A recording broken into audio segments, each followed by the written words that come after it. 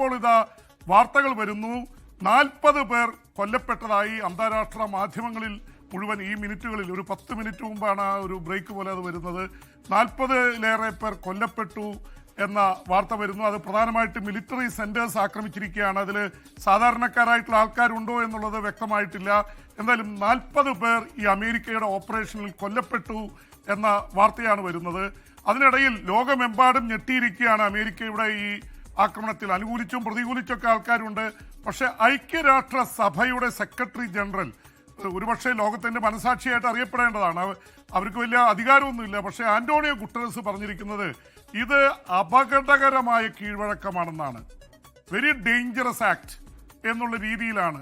Dangerous precedent എന്ന് വെച്ചാൽ നാളെ ആർക്കും കയറി ഒരു പരമാധികാര രാഷ്ട്രത്തെ ആക്രമിക്കാമെന്നാണ്. നേരത്തെ നടന്നിട്ടുണ്ട്. ഉക്രൈനിൽ കയറി റഷ്യ ആക്രമണം നടത്തി, ഇറാഖിൽ അമേരിക്ക, അഫ്ഗാനിസ്ഥാനിൽ അമേരിക്കയും സോവിയറ്റ് യൂണിയനും, ഇങ്ങനെ ഒരുപാട് നടന്നിട്ടുണ്ട്. പക്ഷെ ഇത് ഒരു മിന്നൽ ആക്രമണത്തിലൂടെ ഒരു രാജ്യത്തിന്റെ പ്രസിഡന്റിനെയും ഭാര്യയെയും പിടിച്ചുകൊണ്ടുപോകുക എന്ന് പറയുന്നത് ഏതാണ്ട് ഒരു അൺപ്രസിഡന്റ് ആണ്, കീഴ്വഴക്കമില്ലാത്ത ഒരു സംഭവമാണ്. ഹോളിവുഡ് സിനിമകളെ വെല്ലുന്ന കാര്യങ്ങളാണ് SKN നടന്നത്. അത് നോക്കുക, പുലർച്ചെ 2 മണിക്ക് കിടന്നുറങ്ങുന്ന പ്രസിഡന്റിന്റെ വീട്ടിലേക്ക് അമേരിക്കൻ സേന ഇരച്ചു കയറുന്നു. കിടപ്പുമുറിയിലെ വാതിലടയ്ക്കാൻ പോകുമ്പോഴേക്കും അവരെ പിടിച്ച് അവരെ ആ ട്രാക്ക് സ്യൂട്ടിൽ തന്നെയാണ് കൊണ്ടുപോയി അവിടെ ഒരു ഹെലികോപ്റ്ററിൽ കയറ്റി നേരെ കൊണ്ടുപോകുന്നത് യുദ്ധക്കപ്പലിലേക്കാണ്. കരീബിയൻ കടലിൽ കാത്തുകിടന്ന 11 യുദ്ധക്കപ്പലുകളിൽ ഒന്നിലേക്ക് കൊണ്ടുപോകുന്നു. അവിടുന്ന് യുദ്ധവിമാനത്തിൽ കയറ്റിയാണ് പിന്നീട് ഗോണ്ടനാമോ എന്ന കുപ്രസിദ്ധമായ ജയിലുള്ള ക്യൂബയുടെ അടുത്തുള്ള അമേരിക്കൻ താവളത്തിലേക്ക് കൊണ്ടുപോകുന്നത്. അമേരിക്കൻ താവളത്തിൽ നിന്നാണ് പിന്നെ ന്യൂയോർക്കിലേക്ക് കൊണ്ടുപോകുന്നത്. ന്യൂയോർക്കിലെ ഓറഞ്ച് കൗണ്ടിയിൽ നിന്ന് ന്യൂയോർക്ക് സിറ്റിയിലേക്ക് കൊണ്ടുപോകുന്നു.